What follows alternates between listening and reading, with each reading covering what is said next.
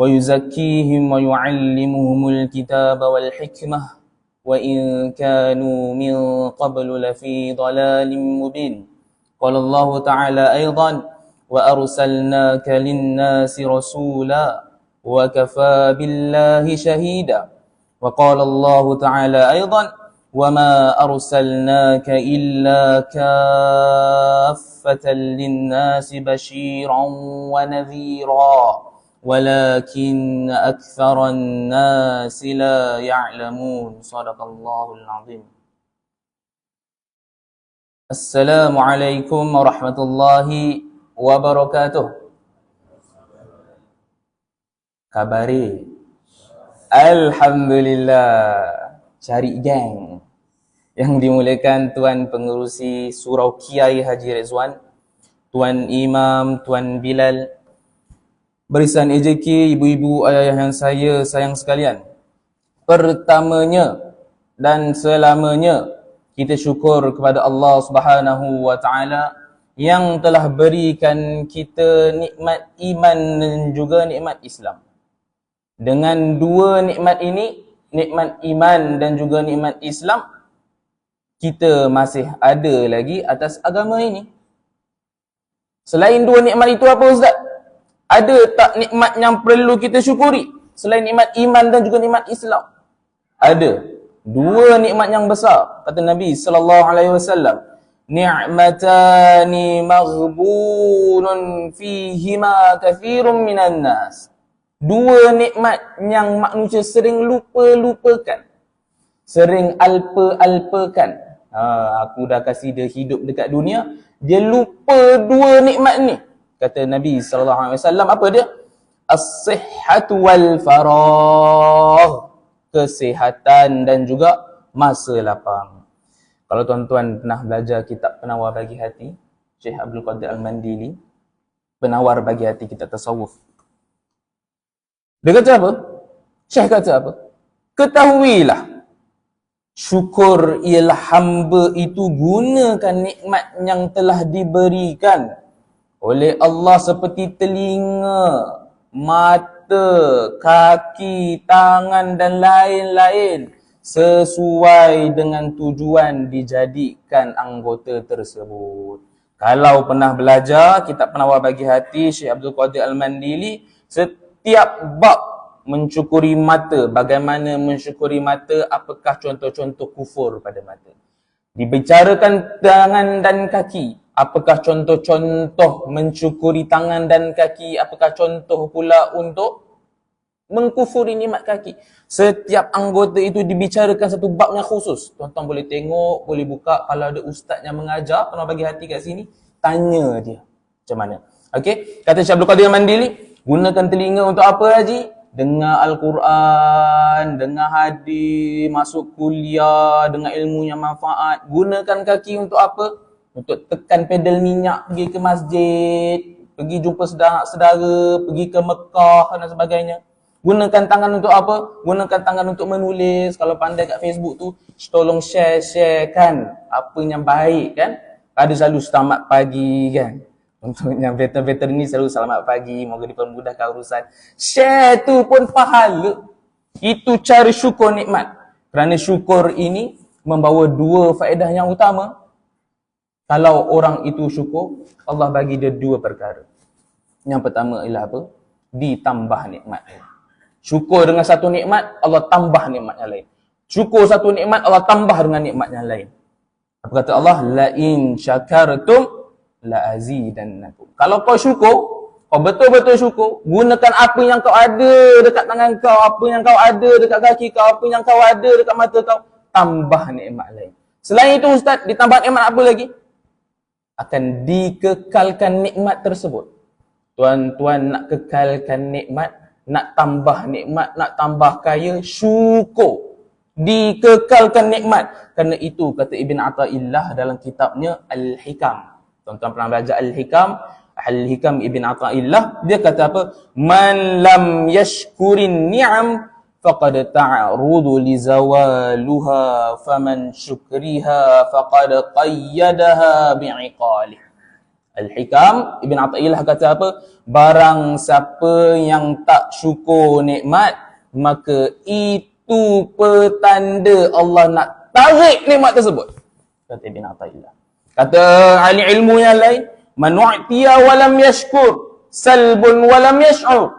Kalau sesiapa itu diberikan nikmat, Allah kasih dia macam-macam harta, Allah kasih dia berbagai nikmat, dia tak syukur, kata ahli ilmu, salbun walam yash'ur, akan diambil nikmat tersebut dalam keadaan dia tak sangka-sangka.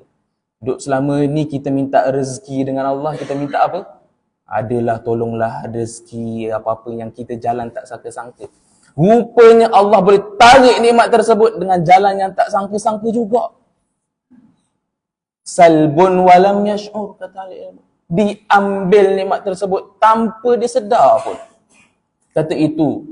Sebab itu Al-Ghazali, Imam Ghazali dan Minhajul Abidin, dia kata apa? Musibah yang terbesar bagi seorang insan, Allah dah bagi dia nikmat, Allah tarik nikmat tersebut.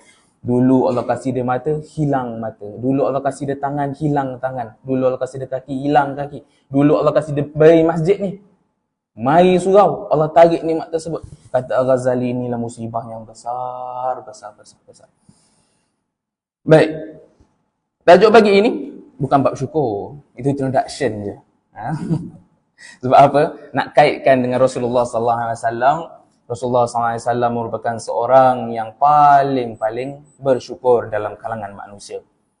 Satu hari, satu malam, Aisyah lihat Nabi sallallahu alaihi wasallam solat malam. Lama Nabi SAW.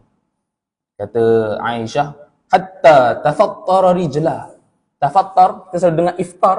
Iftar ni apa? Buka puasa kan. Tapi Nabi solat malam terbuka apa? Terbuka dia punya rekahan kaki-kaki tu.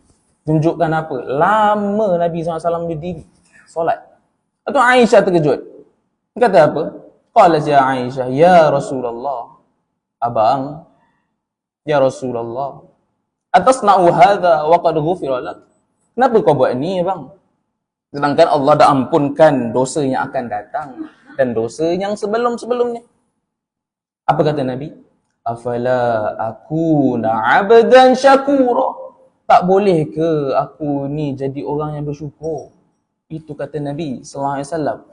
Nabi dah diampunkan dosa yang lalu, diampunkan dosa akan datang, bangun malam solat minta ampun. Kita ni muhasabah. Malam tadi bangun tak? Kalau bangun, alhamdulillah. Kalau tak bangun, azam malam ni bangun. Supaya apa? Jadi macam Nabi ni, ikut Nabi. Afala akuna 'abdan syakura. Tak boleh ke aku ni jadi orang bersyukur? Allah dah beri aku banyak nikmat, banyak perkara. Aku nak jadi orang yang bersyukur. Baik. Tajuk pagi ini insya-Allah ditahan di Qantarah. Qantarah ni mungkin ada dalam kalangan kita yang first time dengar. Haji pernah dengar? Imam pernah dengar Qantarah? Qantarah pernah dengar? Haji Zamri pernah dengar Qantarah? Sebab Haji Zamri tanya saya, Qantarah ni apa? Sebab saya pun baru tahu. Baca hadis ni, la ilaha illallah, Qantarah. Ditahan di Qantarah. Qantarah ni apa? Tempat dekat akhirat nanti. Satu tempat sebahagian daripada kita, orang mukmin ini akan ditahan sebelum masuk syurga. Pintu syurga dah terbuka macam pintu tu, tapi tertahan di sini. Tertahan di sini, tak boleh nak masuk pintu syurga tu. Kat sini ditahan sebab apa? Apakah nama tempat ini? Tempat ini Qantarah. Nak masuk syurga tak boleh. Kena tahan dekat sini. Kenapa kena tahan? Sebab ada perkara yang perlu diselesaikan di antara mukmin yang lain. Ada tebus balas. Ada perkara yang tak settle lagi dulu kat dunia. Nak settle dulu sebelum masuk syurga. Kita lihat apakah hadis. Kita tengok refleksi hadis daripada Abu Sa'id Al-Khudri. Satu hadis yang sahih menceritakan tentang Qantarah. Mari kita lihat.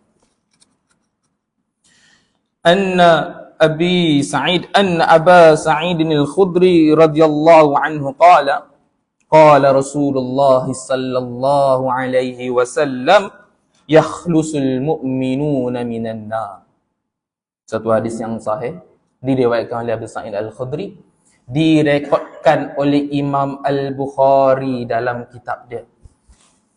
Fayuhbasun ala qantarah bainal jannati wan nar fayaqussu li ba'dihim min ba'd madhalimu kanat bainahum fid dunya hatta idza hudhibu wa nuqu udhina lahum fi dukhulil jannah fawalladhi nafsu Muhammadin biyadihi la ahaduhum ahda bimanzilihi fil jannah minhu bimanzilihi kana fid dunya. Apa maksud ni? Kita lihat. Anna Aba Sa'id Al-Khudri, daripada Abu Sa'id Al-Khudri, kata dia, qala Rasulullah sallallahu alaihi wasallam, Nabi sallallahu alaihi wasallam kata, yakhlusul mu'minuna minan nar. Nabi kata, Nabi bercerita dengan para sahabat, orang-orang mukmin yang telah selamat daripada neraka, yakhlusul mu'minuna minan nar fayuhbasuna ala qantaratin bainal jannati wan nar. Orang mukmin dah selamat daripada neraka, fayuhbasuna ala qantarah, lalu mereka ini ditahan di atas qantarah. Qantarah ni di mana? Bainal jannati wan nar, di antara syurga dan neraka. Fayuqassu li ba'dihim min ba'd, sebahagian dengan sebahagian yang lain diberikan haknya yang pernah dianiaya di dunia, sehingga apabila mereka telah bersih dari seluruh dosa, maka mereka diizinkan masuk syurga.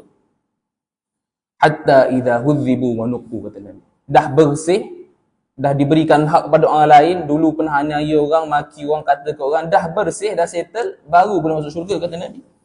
Walladhi nafsu Muhammadin biyadih, demi yang jiwa Muhammad ni di tangan Rabb, la ahaduhum ahda bimanzilihi fil jannah minhu bimanzilihi kana fid dunya.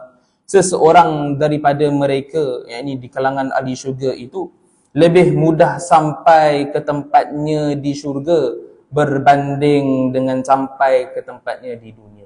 Nanti kita bahaskan tentang apa yang Nabi SAW ceritakan. Hadis ini diriwayatkan oleh Abu Sa'id Al-Khudri. Siapa Abu Sa'id? Boleh buat kuis ni Haji Zamri. Siapa Abu Sa'id Al-Khudri? Siapa nama dia? Abu Sa'id ke nama dia? Ataupun ada nama lain sebenarnya? Abu Sa'id Al-Khudri, seorang sahabat Nabi, nama dia Sa'ad bin Malik bin Sinan. Sa'ad bin Malik bin Sinan. Ustaz, kata Abu Sa'id nama, tapi kenapa nama lain? Sa'ad bin Malik bin Sinan ni siapa? Abu Sa'id ni siapa? Sa'ad bin Malik bin Sinan ni nama dekat IC dia. Abu Malik ni dia punya gelaran, orang panggil, sahabat panggil, kawan-kawan panggil. Kunyah dia adalah Abu Sa'id Al-Khudri. Al-Khudri tu apa? Nisbah kepada perkampungan Khudrah. Maknanya Al-Khudri tu, ya belakang tu ya nisbah, menisbahkan pada suatu tempat. Macam imam kita nama apa? Yusuf. Imam Yusuf sekarang ni kat tempat kapar kan? Meru. Ada kawan saya dekat Meru juga, dia letak nama belakang dia Al-Merwi. Orang Meru ni, tuan-tuan nak letak sikit kat Facebook tu, nak kasih hebat sikit lah, nampak? Macam mengajar orang mengaji lah. Al-Merwi.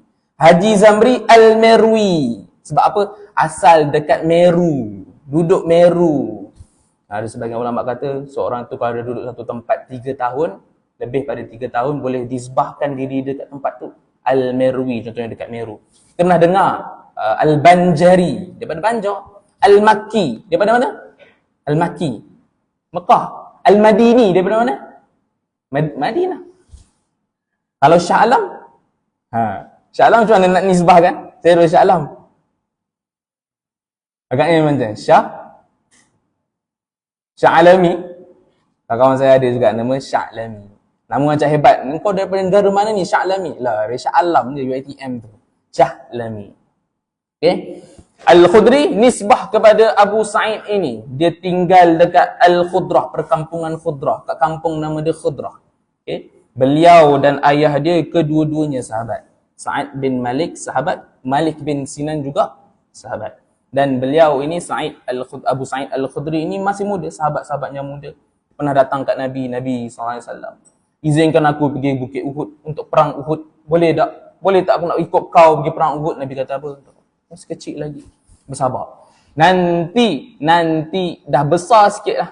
Baru boleh pergi perang. Ada tak Abu Sa'id Al-Khudri lepas dah besar sikit ikut Nabi SAW pergi perang? Ada. 12 siri pergi perang dengan Nabi SAW. Abu Sa'id Al-Khudri ni. Seorang berani. Seorang muda. Budak muda yang berani. Dan juga seorang yang banyak riwayatkan hadis. Lebih kurang 170 hadis diriwayatkan. Juga mufti Madinah. Muda. Jadi mufti Abu Sa'id Al-Khudri ini. Sebab dia hafal hadis. Dan apabila orang datang dekat dia, sahabat-sahabat datang dekat dia. Okay. Orang minta izin dekat dia. Boleh tak? Seseorang beriwayatkan hadis kan. Riwayatkan hadis ni macam kita zaman sekarang ni. Saya cakapkan hadis, tuan-tuan hafal. Saya cakap hadis, sebut satu hadis, tuan hafal. Tuan hafal macam tu. Orang kat bawah ni tanya, Abu Sa'id Al-Khudri, boleh tak kami ni nak tulis apa yang kau cakap ni? Boleh tak kami nak tulis apa yang kau telah riwayatkan ini? Supaya boleh masuk dalam kitab dan sebagainya. Abu Sa'id kata apa? Jangan sesekali kau tulis. Kau hafal macam aku macam aku hafal. Boleh tak? Abu Sa'id Al-Khudri ni, seorang yang hebat ini, 1170 hadis boleh hafal. Kita ni nak ikut sahabat ni, boleh tak kita hafal setara dengan Abu Sa'id Al-Khudri ni? Jauh. Hadis 40 pun belum tentu hafal lagi. Dah lama belajar dah, zaman sekolah lagi kot.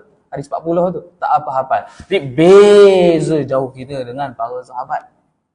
Yang mereka ini, seorang yang memang tekun dalam agama. Belajar betul-betul. Faham betul-betul. Hafal betul-betul. Terlihat pada hadis ini, yakhlusul mu'minuna minan nar. Selamat orang beriman daripada api neraka.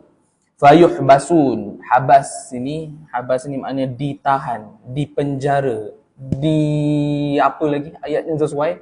Dipenjara, ditahan, diikat, retain dekat situ kan. Ditahan, fayuhbasuna ala qantarah, di atas qantarah kata ulama. Nanti dekat akhirat akan ada dua jambatan. Akan ada dua titian. Titian yang pertama titian sirat, titian yang kedua titian qantarah. Oh, tuan-tuan pernah dengar, tuan-tuan pernah hafal, tuan-tuan pernah tahu, ingatkan. Kalau first time dengar, catatkan. Akan ada dua titian, dua jambatan dekat akhirat nanti. Satunya titian sirat, keduanya titian qantarah. Nak faham qantarah ni, kena faham dulu apa yang berlaku sebelum qantarah.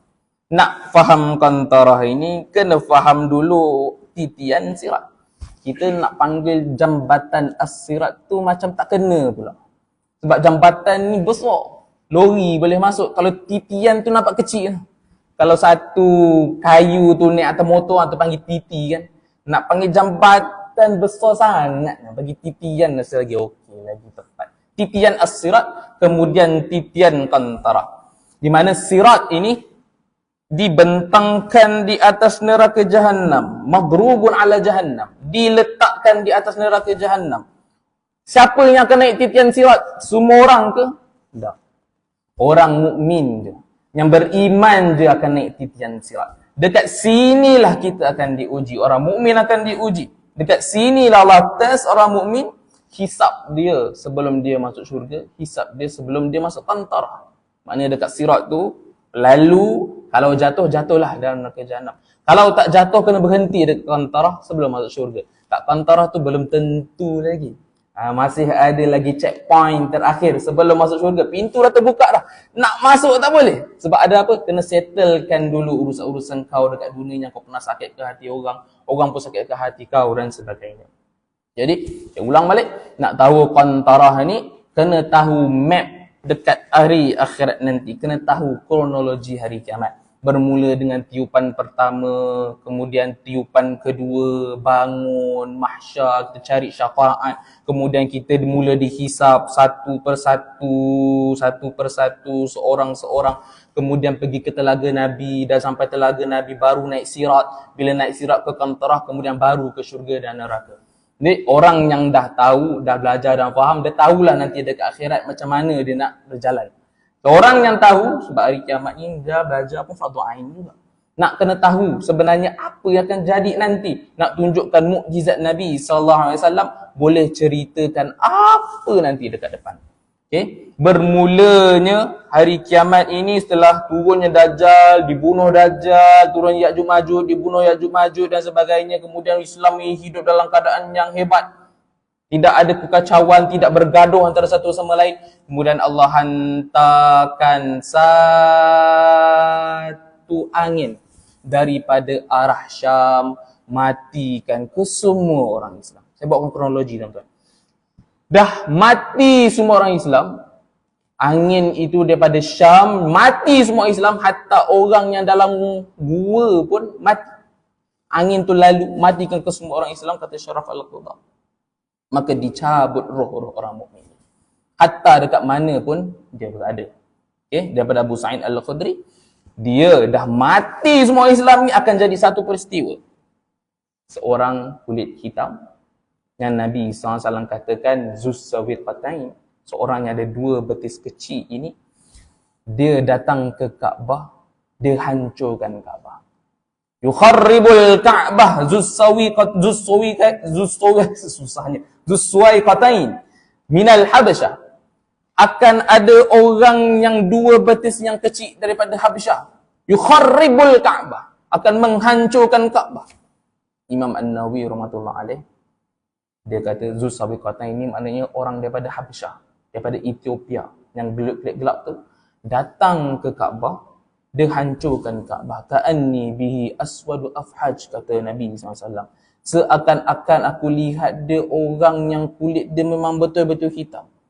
Dan jauh jarak di antara dua kakinya menanggalkan satu persatu batu daripada Kaabah, kata Nabi.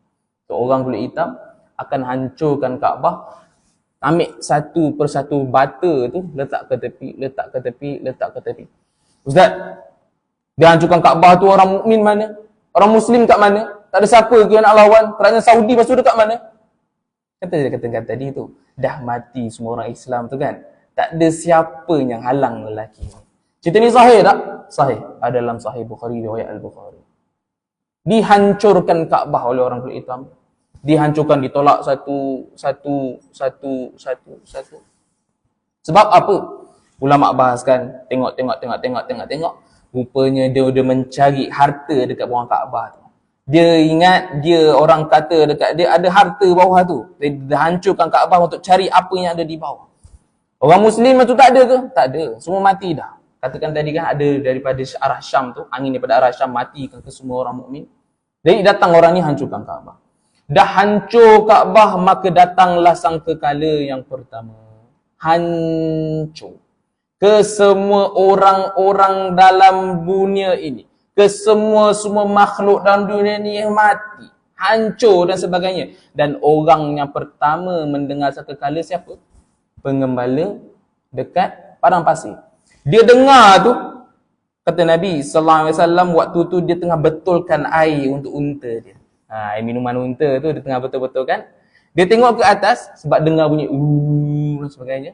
Mungkin bunyi sangkakala begitu, kita tak tahu. Dia dengar, dia tengok atas, dia orang pertama yang dengar sangkakala, dia mati, lepas tu ke semua orang mati. Jadi lepas dia mati ini, bermulalah satu peristiwa yang besar. Hari kiamat, bermulalah orang yang pertama dibangkitkan selepas tiupan sangkakala kedua, siapa? Nabi SAW. Ditiup sangkakala yang kedua, Nabi lah orang pertama yang akan bangun. Nabi SAW yang orang pertama yang akan bangun daripada sangkakala kedua ini. Bermulalah hari kiamat, dikira-kira amalan. Dah tiup, semua orang akan bangun, dimulakan Nabi SAW, maka akan pergi ke mahsyar. Ke semua kita ini, ustaz tak ustaz, tuan guru tak tuan guru, ulama tak ulama, nabi tak nabi, kesemuanya akan dikumpulkan di atas mahsyar. Di atas mahsyar. Dekat sini kita tunggu. Apa jadi ni? Kat mana kita perlu rujuk? Kita tak tahu. Sahabat-sahabat kita tak ada, mak tak ada, ayah tak ada, keluarga tak ada, kawan tak ada. Tunggu. Sampailah dia kalangan ahli mahsyar tu kata, dia tanya kat kawan sebelah ada. Tak rasa susah ke? Tak rasa azab ke? Boleh tak kita nak pergi ambil syafaat ke siapa-siapa? Maka bermulalah kita mencari syafaat kepada Nabi Adam. Wahai Adam, bantu kami, mulakanlah hisab ini, kata dekat Allah. Dah penat dah duduk mahsyar ini, didekatkan matahari di atas kepala-kepala. Panas punya panas. Time ni lah kita tengok orang berenang dalam peluh dia. Time ni lah tengok, ustaz pun berenang dalam peluh sendiri. Iya. Ulama pun berenang dalam peluh sendiri. Iya. Masing-masing akan dihisap dengan amalan dia. Susah punya susah. Jari Nabi Adam. Wahai Adam, anta abul bashar. Engkau ni ayah kepada kami. Ayah kepada kami. Bantulah. Kata dengan Allah. Start hisap ni. Penat dah duduk mahsyar ni. Adam kata apa? Tak boleh. Aku ada salah dengan Tuhan. Dulu Allah kata jangan dekat dengan pokok ni. Aku pergi juga pokok ni. Aku malu dengan Allah hari ni. Aku malu dengan Allah hari ni. Pergi kan? Nabi lain. Maka kita pun pergi ke Nabi lain. Pergi ke Nabi Nuh pula. Wahai Nuh. Ya Nuh. Bantu kami ni. Katalah dengan Allah ni. Kau mintalah dengan Allah mulakan hisap dia. Penat tu mahsyar dah ni. Tak boleh lah. Nuh kata apa? Dulu aku dekat dunia, aku dakwah lama dekat aku punya kaum. Yang masuk Islam tu sikit je. Lalu aku doakan mereka supaya ditenggelamkan. Aku malu dengan Allah hari ini. Sebab aku dah tenggelamkan umatku. Mintalah dengan Nabi lain. Maka kita pergi pula ke Nabi Ibrahim AS. Pergi ke Nabi Ibrahim. Wahai Ibrahim, bantu kami. Anta Khalilullah. Engkau ni kesayangan Allah. Bantu kami, kata dengan Allah. Kami ni dah tak boleh nak duduk mahsyar ni. Mulakan hisap. Tak start lagi ni. Duduk kat mahsyar je. Allah tak start lagi hisap ni manusia ni. Nak tunggu berapa lama tak tahu. Daripada awal manusia, daripada awal Nabi Adam sampai umat terakhir, orang terakhir yang dilahirkan. Kesemua ni ada dekat mahsyar. Tak start lagi hisap ni. Kita ni tentang nombor giliran berapa tak tahu. Start lah. Kata dengan Nabi Ibrahim, minta dengan Allah, ya Allah bantulah kami ini, mulakan hisap. Nabi Ibrahim kata apa? Dulu aku dekat dunia, aku ni pernah hilah. Aku ni pernah hilah dengan kaumku. Aku malu dengan Allah hari ini. Apa aku nak cakap dengan Allah ni? Aku dah hilah kaum aku ni. Pergilah kita ke Nabi Musa alaihissalam. Pergi ke Nabi Musa, Musa tolong kami, mulakan hisap. Kata dengan Allah, mulakan hisap. Nabi Musa kata, aku ni pernah bunuh orang dulu dekat dunia, kat umat aku ni. Aku pernah bunuh umat aku ni. Kan pernah bertinju dengan umat dia kan. Meninggal seorang. Aku ni malu dengan Tuhan aku bagi ini, hari ini. Mintalah dengan Nabi lain. Jawab apa Nabi tu? Dah 4 Nabi. Pergi ke Nabi Isa pula. Dia Nabi Isa, wahai Isa, bantu kami. Cakap dengan Allah, dah tak mampu dah kami ni duduk kat mahsyar. Mulakanlah hisap ini supaya kami ni boleh masuk syurga ataupun diadili ke masuk neraka. Tak mampu dah tunggu di lama ni. Nabi Isa diam. Tak bagi sebarang alasan. Maka kita pergi last terakhir kepada siapa? Nabi Muhammad sallallahu alaihi wasallam. Kita minta dengan Nabi. Nabi pun sujud di bawah arasy. Kemudian Nabi SAW minta supaya dimulakan hisab. Kata Allah, irfa' ra'sak ya Muhammad.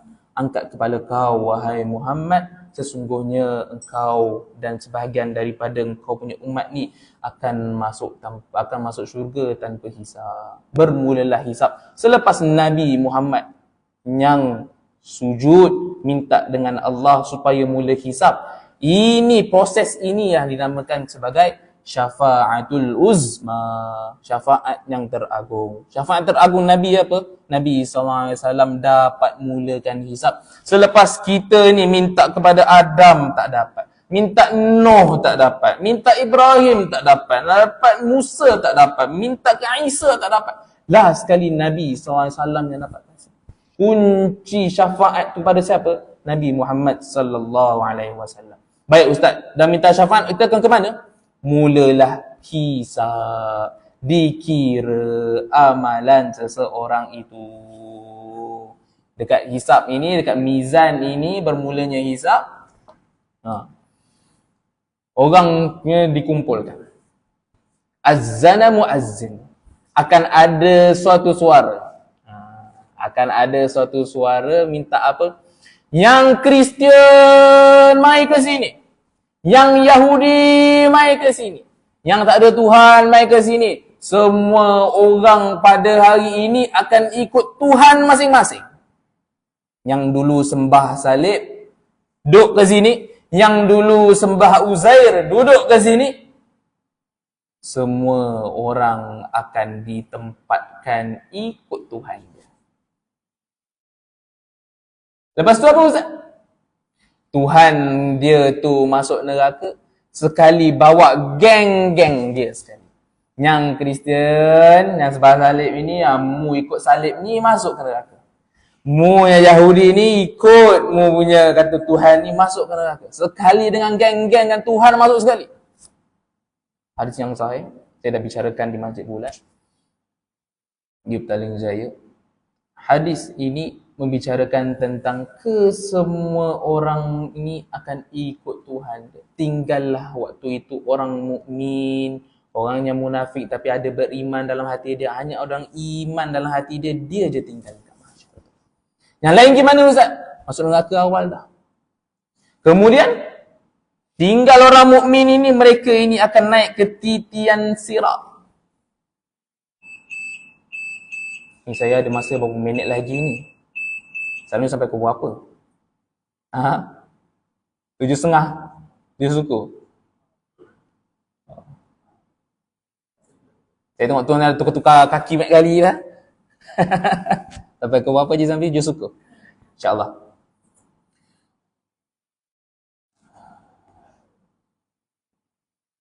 Maka setiap orang mukmin akan tinggal dekat mahsyar itu.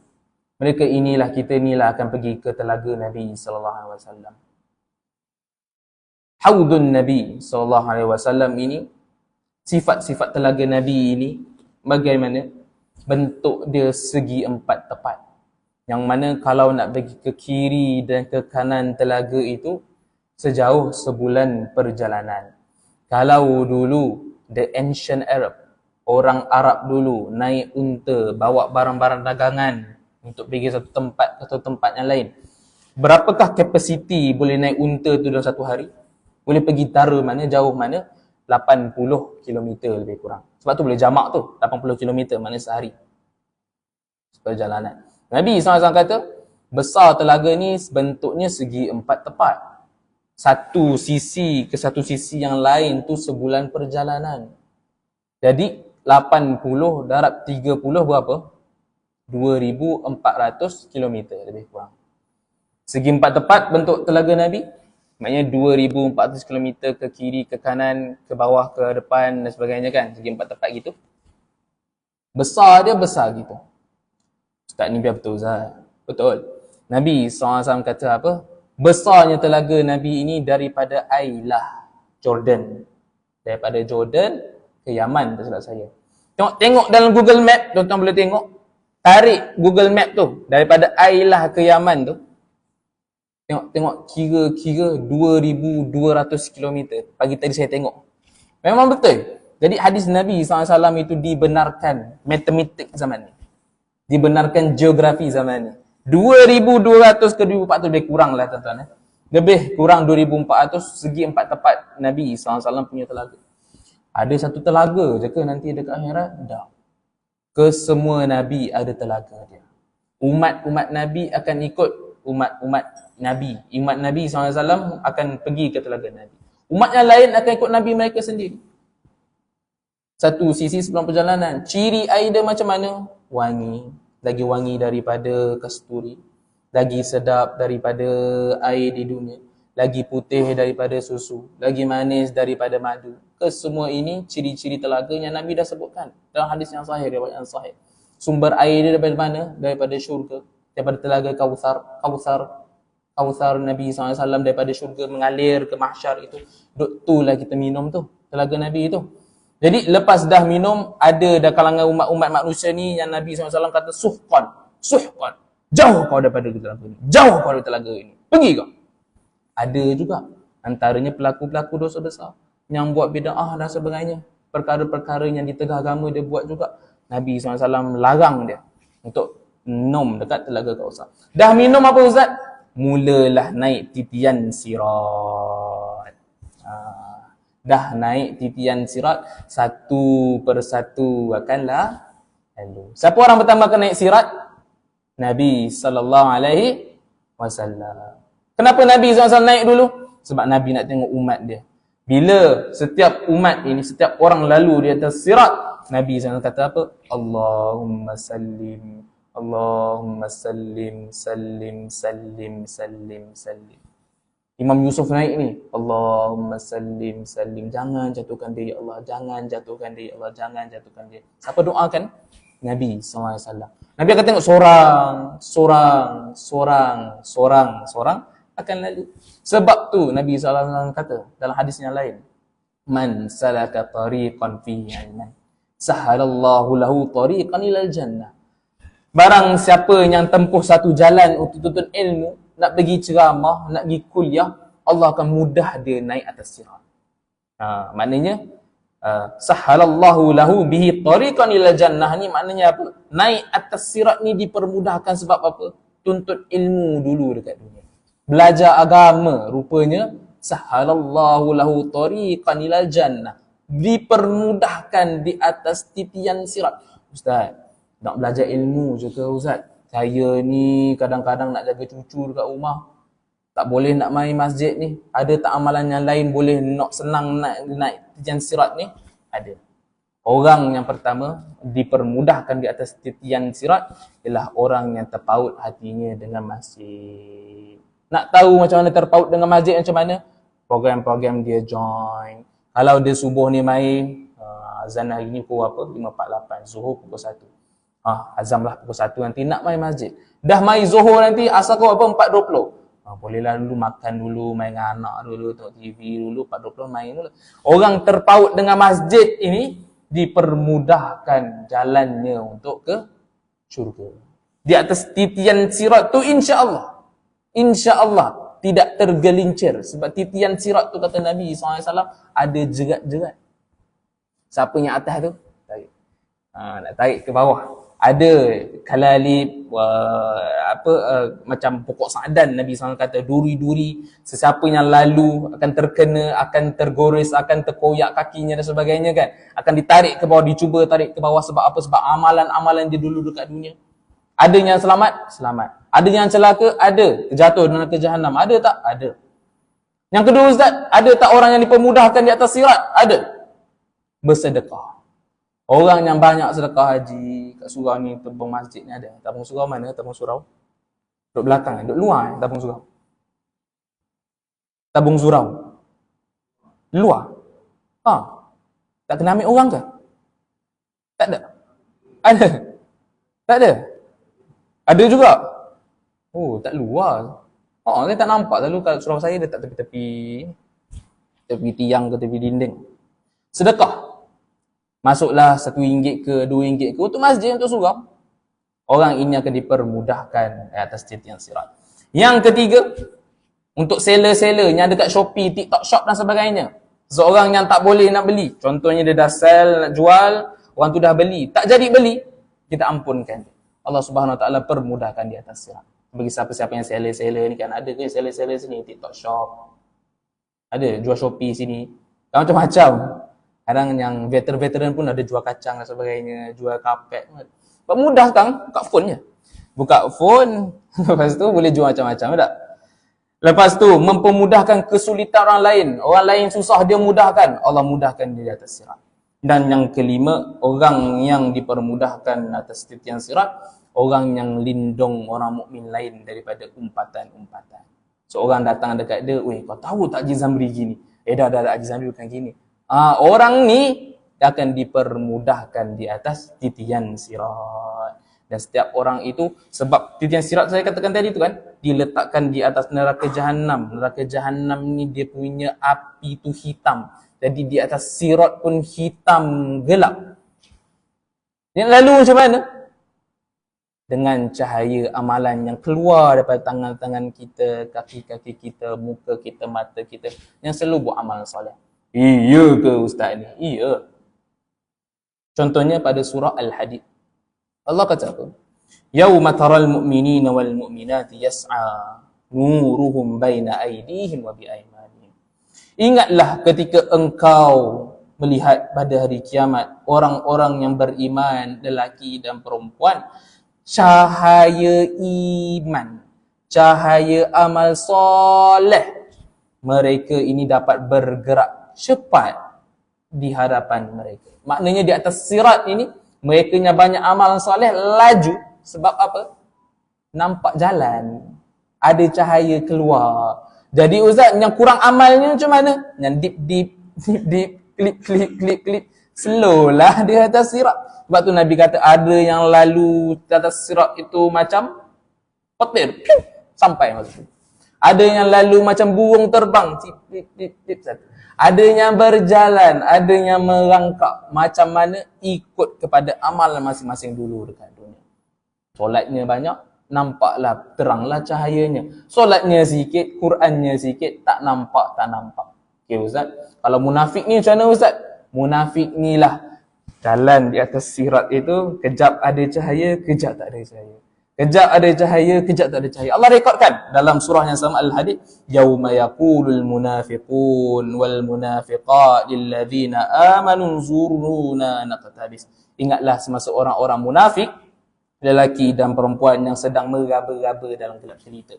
Maknanya tak ada cahaya dari tangan dia, tak ada cahaya dari kaki dia, dia tak nampak. Lalu orang mukmin sebelah dia, "Hayat tunggu kejap, unzuruna, tunggu kami ni naqtabis." Tunggulah, gelap ni tak nampak, suluhkan kami. Itu orang munafik, tak akan nampak jalan di atas sirat. Kemungkinan dia pun ditarik di atas sirat, jatuh ke neraka jahanam. Kemudian dah lalu ke semua orang insan, ke semua manusia. Nabi SAW kata apa? Duk kat qantarah tu. Fayuh basuna ala qantarah. Ditahan di atas qantarah itu. Fayuqtassu li ba'dihim min ba' mazalimu kanas bainahum fid dunya. Qisas. Hukum Islam ni ada kalangan sahabat-sahabat kita dulu perjuangkan hudud kan. Hukum Islam ni ada 3. Hudud, qisas dan ta'zir. Nabi SAW kata di atas kantarah ini akan berlaku qisas. Qisas ni apa? Tuntut balas.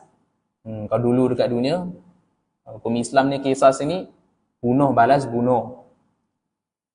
Bayar harta compensation lah. Kalau rosakkan harta aku, kau kena bayar harta aku. Kalau kau gigit aku gigit kau. Kalau aku cakarmu, mu cakar aku balik. Telinga dengan telinga, mata dengan mata, kulit dengan kulit. Itu qisas. Tuntut balas, bayar balik. Dok, kenapa atas qisas ni? Kenapa kena qisas sekantarah ni? Nabi SAW kata apa? Tidak akan ada orang yang dizalimi di hari kiamat nanti. Tak akan masuk syurga kalau orang itu ahli syurga, dia ada lagi kes dia dengan ahli neraka.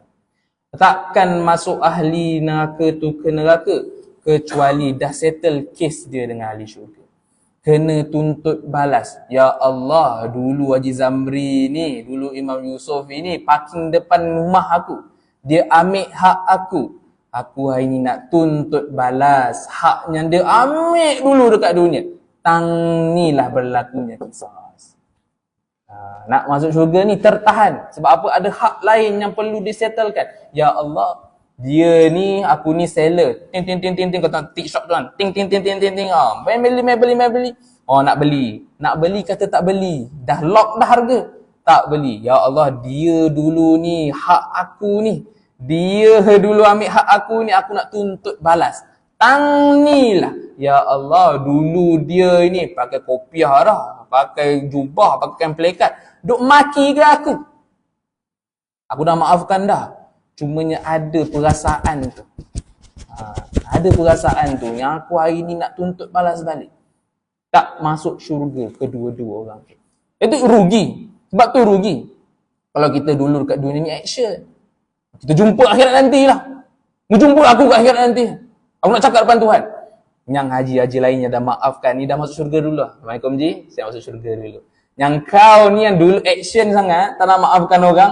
Duk sini dulu lah bicara dulu ke mahkamah kantarah ni. Aku nak masuk syurga dah. Dah masuk syurga dah orang tu yang dah maafkan. Yang tak maafkan ni duduk situ cari balik mana Haji Zamin dulu aku ngata ke dia. Mana Imam Yusof ni aku dulu ngata dekat dia, cari seorang-seorang. Lama tunggu kat kantarah tu. Nak settle satu-satu permasalahan.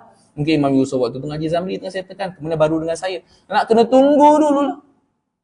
Satu-satu. Ketiga-tiga orang ni tertahan di kantarah. Itulah yang kita nak bahaskan pagi ini. Kisos berlakunya. Tuntut balas, bayar balik, tuntut hak dulu. Dekat kantarah sebelum masuk syurga.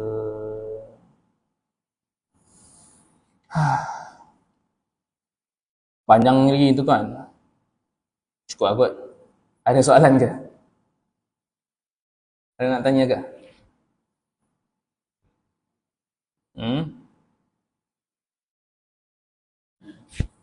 Ada? Tak ada?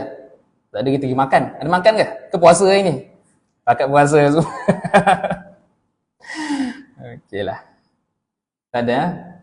Tak ada? Kita pakat boleh berhenti lah. Kita cukup lagi. Dah syarah lagi 7-8 muka ni. Tapi saya pun tak lagak dah. Penat lah. Ada? Tak ada? Berhenti lah? Okey. Jumpa lagi akan datang insyaAllah.